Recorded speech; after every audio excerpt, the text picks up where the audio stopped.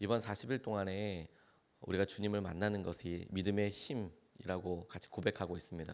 예수님을 만나는 삶, 예수님께서 우리를 붙잡아 주시는 삶이 우리가 할 수 없었던 일, 우리가 보지 못했던 것, 우리가 다다를 수 없는 곳에 이르게 하고 만나게 하고 그렇게 우리 이끌어 주실 것이다. 그래서 meet him, 그분을 만나는 것, 그리고 그게 믿음의 힘이라고 우리가 계속해서 고백하고 있습니다.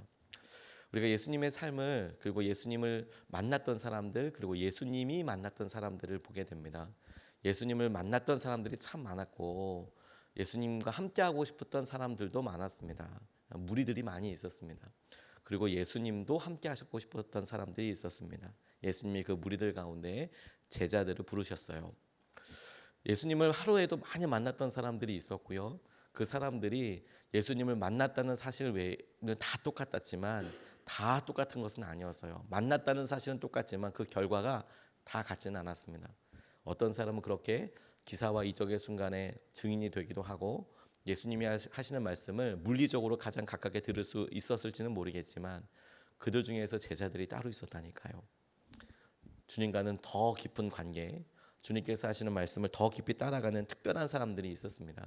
오늘 주님께서 이번 한 주 동안 우리에게 주님과의 관계를 질문하게 하시고 우리를 제자로 부르시고 우리 가운데 하시는 일들에 대해서 우리가 같이 기도하고 붙잡고 싶습니다.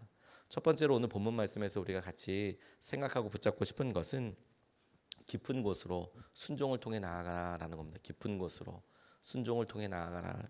4절 5절 말씀을 보면 예수께서 말씀을 그치시고 시몬에게 말씀하셨다. 깊은 데로 나가 그물을 내려서 고기를 잡아라. 시몬이 대답하였다. 선생님, 우리가 밤새도록 애를 썼으나 아무것도 잡지 못했습니다.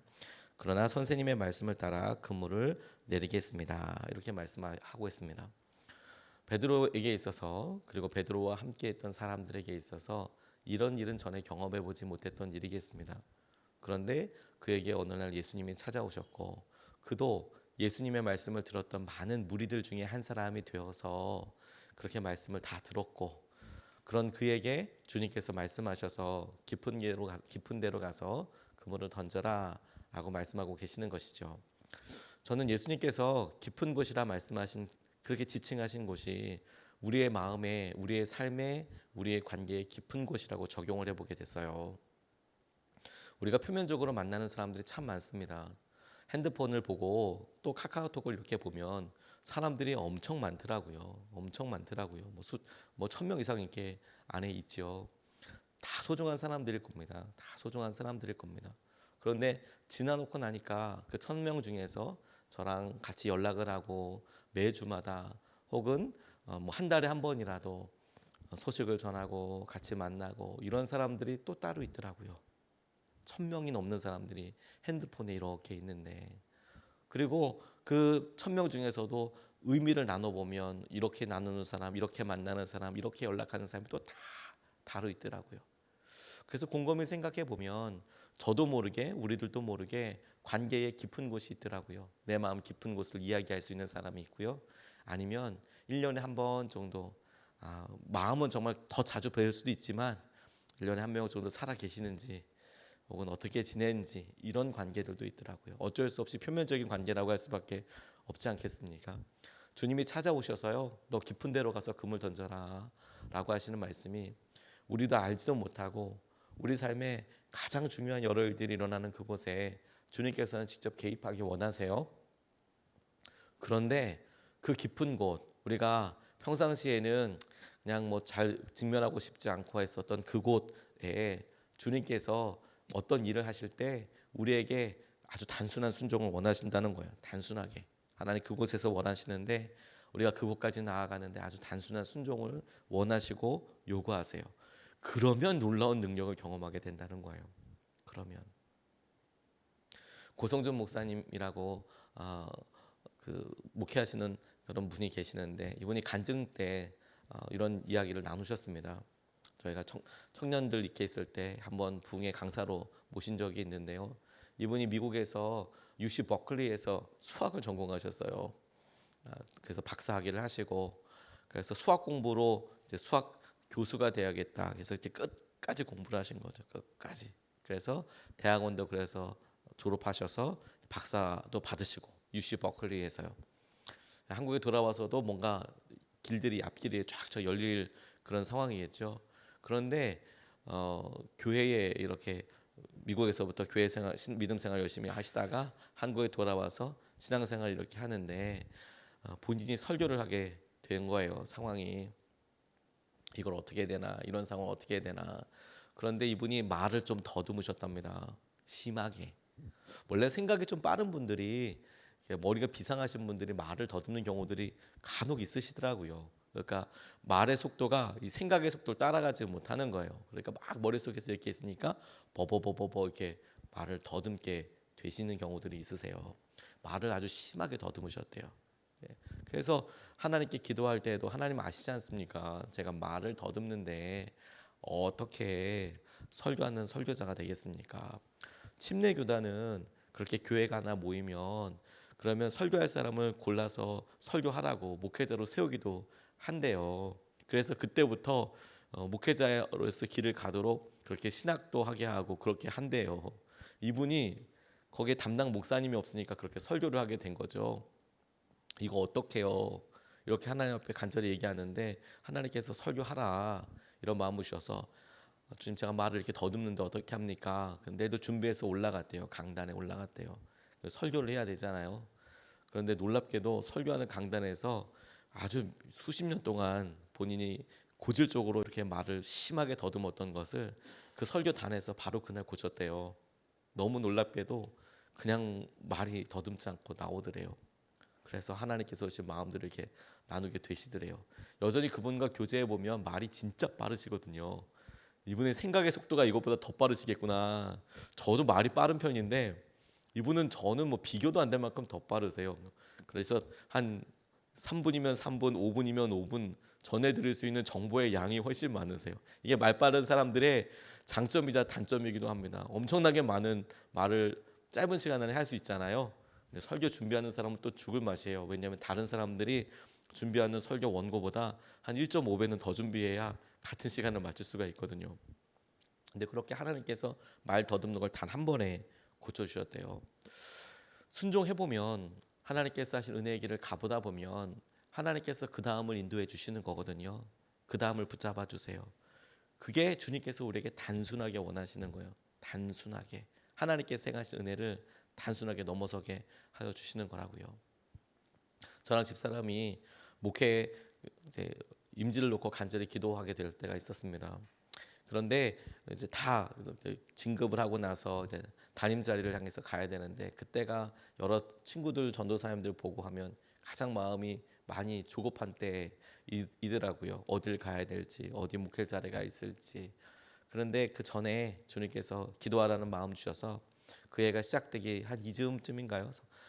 그 성탄절 맞춰놓고 행사 맞춰놓고 이틀인지 3일인지 같이 기도원에 올라갔습니다. 그래서 어떻게 해야 할지 어떤 일을 가지고 붙잡아야 될지 주님이 저희 부부에게 동일한 마음을 주셨어요. 우리가 평생 주님의 종으로 살기로 했는데 주님께서 하시는 말씀대로 순종해야지. 순종하면 될 거야. 그래서 어디를 가라고 하시는지 우리는 순종할 거야. 두 번째 주님께 주신 마음이 그런데 우리가 연약하고 흔들리니까 선택하도록 하시진 않을 거야. 우리는 종이니까. 그러니까 무조건 첫 번째 순종하면 되겠다. 어디를 말씀하시든 첫 번째 순종하면 되겠다. 그거 결정하고 나니까 마음이 너무 편하더라고요. 뭐 누가 알려주는 사람도 없고 그리고 교회가 아주 큰 것도 아니었고 진급하는 사람은 저 하나밖에 없었고 그때 당시에 저희 담임 목사님은 저랑 미래 얘기는 뭐 단 한마디도 하지 않고 근데 주님이 저에게 마음속에 첫 번째 말씀하시는데 무조건 순종해서 간다. 저희 부부에게. 그러니까 한 해가 얼마나 편했는지 몰라요. 주님이 인도하시겠지. 어디든 뭐 한 방에 무조건 첫 번째 말씀하시면 무조건 간다. 순종의 마음이 준비되고 주님께서 말씀하실 때 순종만 하겠다라고 걸음을 내디디니까 지금 여기까지 와 있더라고요. 주님의 방법으로 주님의 과정을 통해서 주님께서 원하시는 곳에 와 있게 되더라고요. 주님이 우리를 향하여서 계획을 갖고 계시잖아요. 그 계획을 우리가 지금 어떤지 무엇인지 모를 수도 있습니다. 확실한 것은 우리가 생각하기보다 훨씬 더 좋은 걸 거예요. 어떻게 거기까지 가나 고민하지 마세요. 단순하게 주님께서 오늘 원하시는 일에 한 걸음만 순종하시면 돼요. 그렇게 순종하다 보면 주님께서 말씀하신 계획하신 약속의 땅에 들어가 있는 거예요. 주님께서 이끌어 주시는 대로 우리의 깊은 곳에 주님께서 그물을 내리라, 너 이렇게 해라 라고 말씀하실 때에 순종해서 주님을 놀랍게 경험하게 되시기를 주님의 이름으로 축복합니다. 두 번째로 붙잡게 된 말씀은 단순하지만 주님께서 우리를 사람을 낚는 어부 혹은 제자로 부르셨다라는 겁니다. 8절로 11절까지 말씀을 보면 시몬 베드로가 이것을 보고 예수의 무릎 앞에 엎드려서 말하였다. 주님, 나에게서 떠나 주십시오. 나는 죄인입니다. 베드로 및 그와 함께 있는 모든 사람과 그들이 잡은 고기가 엄청나게 많은 것에 놀랐던 것이다. 또한 세베대의 아들들로서 시몬의 동료인 야고보와 요한도 놀랐다. 예수께서 시몬에게 말씀하셨다. 두려워하지 말아라. 이제부터 너는 사람을 낚을 것이다. 그들은 배를 무태된 뒤에 모든 것을 버려두고 예수를 따라갔다라고 말씀하고 계세요.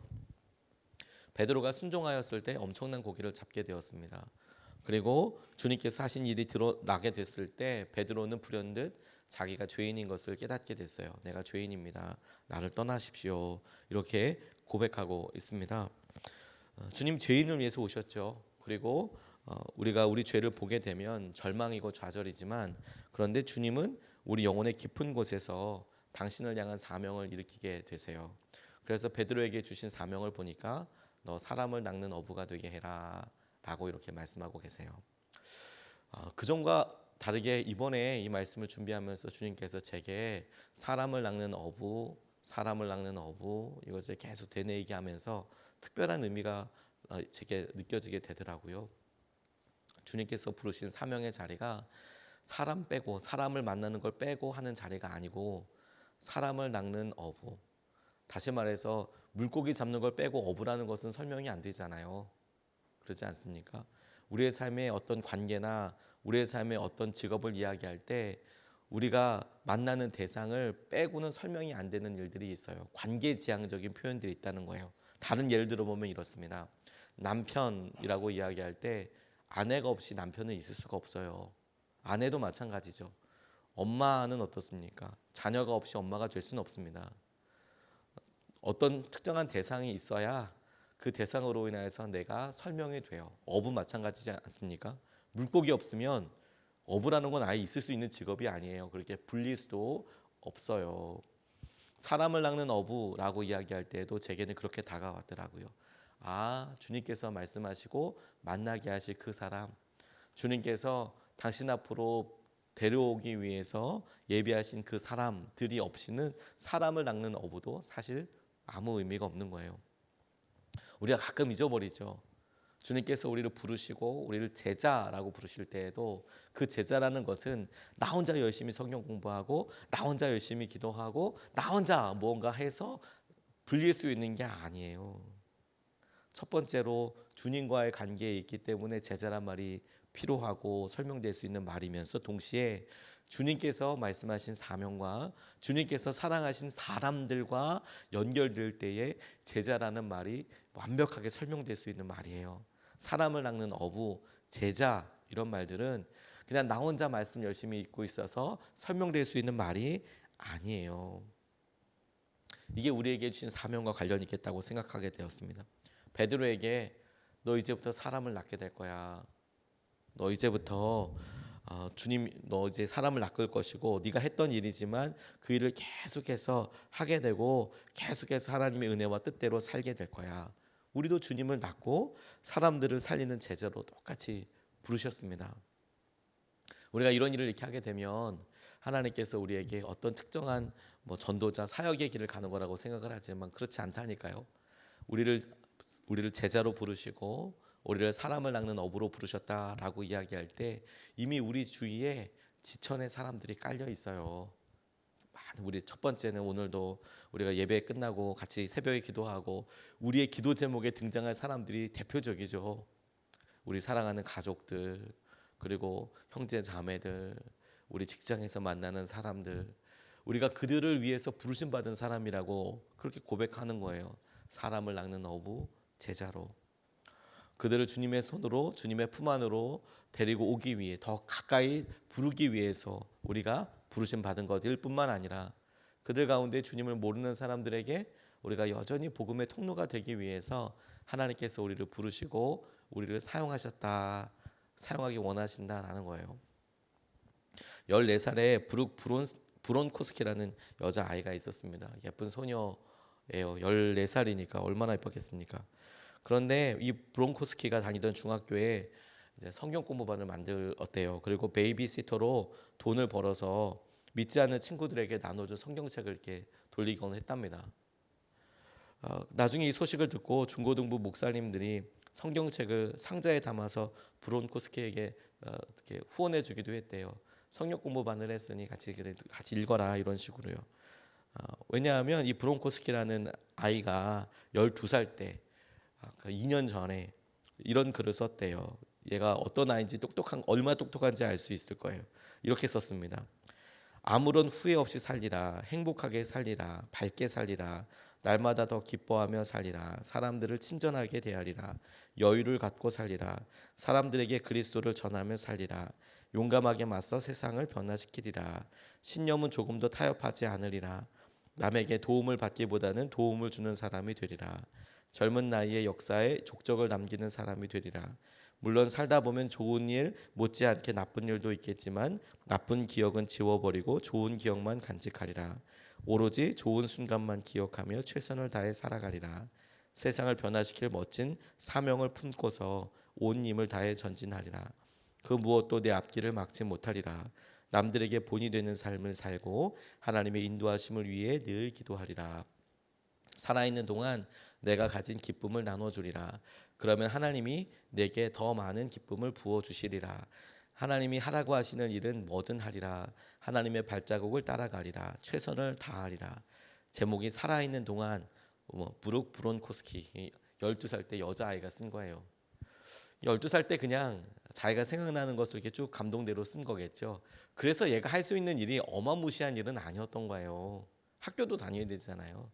학교 다녀야 되고 그 학교에서 만나는 사람들이 자기가 선택할 수 있는 영역이 그렇게 많지 않습니다. 어차피 그 학교에 있는 사람들을 만나게 되고 같은 동급생 그리고 영향력을 줄 수 있는 사람들 정도 만나게 되는 거잖아요. 그런데 이 아이가 할 수 있는 게 아주 작아 보이는 일이었어요. 성경 같이 읽자. 성경 같이 읽자. 그런데 안타깝게도 이 브론코스키라는 이 여자 소년이 고등학교 1학년 때 차를 타고 가다가 사고를 당한 거예요. 교통사고를 당하게 됐습니다. 그래서 세상을 떠나게 됐어요. 얼마 되지 않았죠, 그렇죠? 그렇게 결정하고도 얼마 많은 시간이 있지 않았고요. 그리고 그 아이가 뭔가 해보려고 성경 공부를 했다고 했지만 우리가 생각하는 사람들이 몇십 명, 몇백 명 데리고 시작했던 것도 아니에요. 그냥 주위에 있는 사람에게 그냥 친절히 대하고 그날 반에서 뭔가 해야 될 일이 있으면 학교에서 할 수 있을 만큼의 딱 학생으로서 딱 소녀로서 할 수 있을 정도의 순종이에요. 나가서 길거리를 전도하는 길거리 전도자도 아니었고요. 그냥 밝게 살 거야. 항상 나한테 사람들 얘기하면 나 친절하게 대할 거야. 그런 정도였다는 거예요. 그런데 이 아이의 장례식에 무려 1,500명 가까운 조문객이 찾아왔대요. 1,500명 정도의 조문객이 찾아왔답니다. 장례식 때 동창생들이 그 아이가 하나님께 쓴 사랑의 시를 읽었고 너무나 할 것 없이 그 아이의 모범적이고도 기쁨이 충만했던 삶에 대해서 이야기했대요. 근데 그날 이 프랜시스 첸 목사님이라는 분인데 그 조문객들에게 이 목사님이 복음을 전했대요. 장례식 때. 왜냐하면 그 가운데는 예수님을 다 믿지 않는 사람들이 거의 대부분이었거든요. 그 아이가 사람들을 영접시키거나 전도한 게 아니고 그냥 친절하게 대하고 그냥 친구들 대하듯이 그냥 그렇게 대한 거였거든요.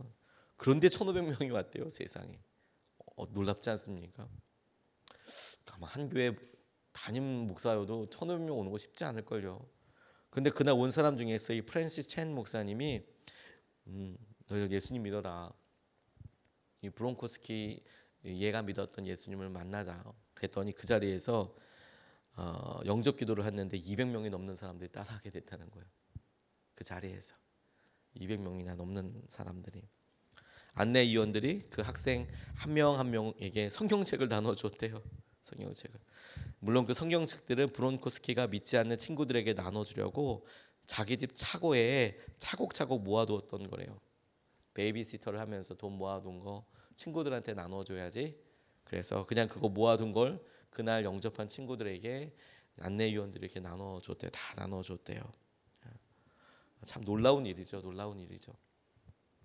우리가 오늘도 주님을 위해서 새로 결정할 게 무슨 안 하던 일을 더 하고 이런 게 아니에요. 오늘도 하루만큼 더 기쁘게 우리의 마음에서 예수님을 의지하는 것 때문에 아주 행복하게 환하게 웃어주는 것부터 시작하는 거예요. 내게 주어진 이 사람들에 대해서 오늘 최선을 다해서 칭찬해 주는 거예요. 그리고 할 수 있으면 안아주는 거예요. 말로 할 거 안아주고요. 안아줄 수 있는 거 꼭 안아주고요. 그냥 인사할 수 있는 거 쫓아가서 손 잡아주는 거고요. 그런 거 시작하는 거예요. 왜냐하면 우리가 오늘도 사명이 그 사람 없으면 설명되지 않잖아요. 그 사람 없으면 우리가 제자라고 할 수도 없고 사람을 낚는 어부도 아니잖아요. 주님께서 그 사람 때문에 오늘 우리를 그곳에 가게 하시고 그 만남을 허락하여 오신 거잖아요. 그러니까 아주 단순하게 작은 일부터 시작하는 겁니다. 그러면 하나님께서 당신이 계획하신 놀라운 일을 이루시겠다라고 말씀하시는 거예요. 우리가 그 뜻과 은혜로 주님께서 우리에게 주시는 은혜와 마음을 붙잡게 되어서 누리게 되는 저와 여러분 되시기를 축복합니다. 오늘 두 가지 말씀을 같이 나눴어요. 첫 번째, 주님께서 우리에게 깊은 곳으로 그리고 순종을 통해 나아가라 라고 말씀하시고, 그리고 두 번째, 우리를 사람을 낚는 업으로 우리를 제자로 부르셨다. 오늘도 우리 주위의 사람들에게 우리가 그런 마음과 사랑으로 다가갈 수 있으면 좋겠습니다.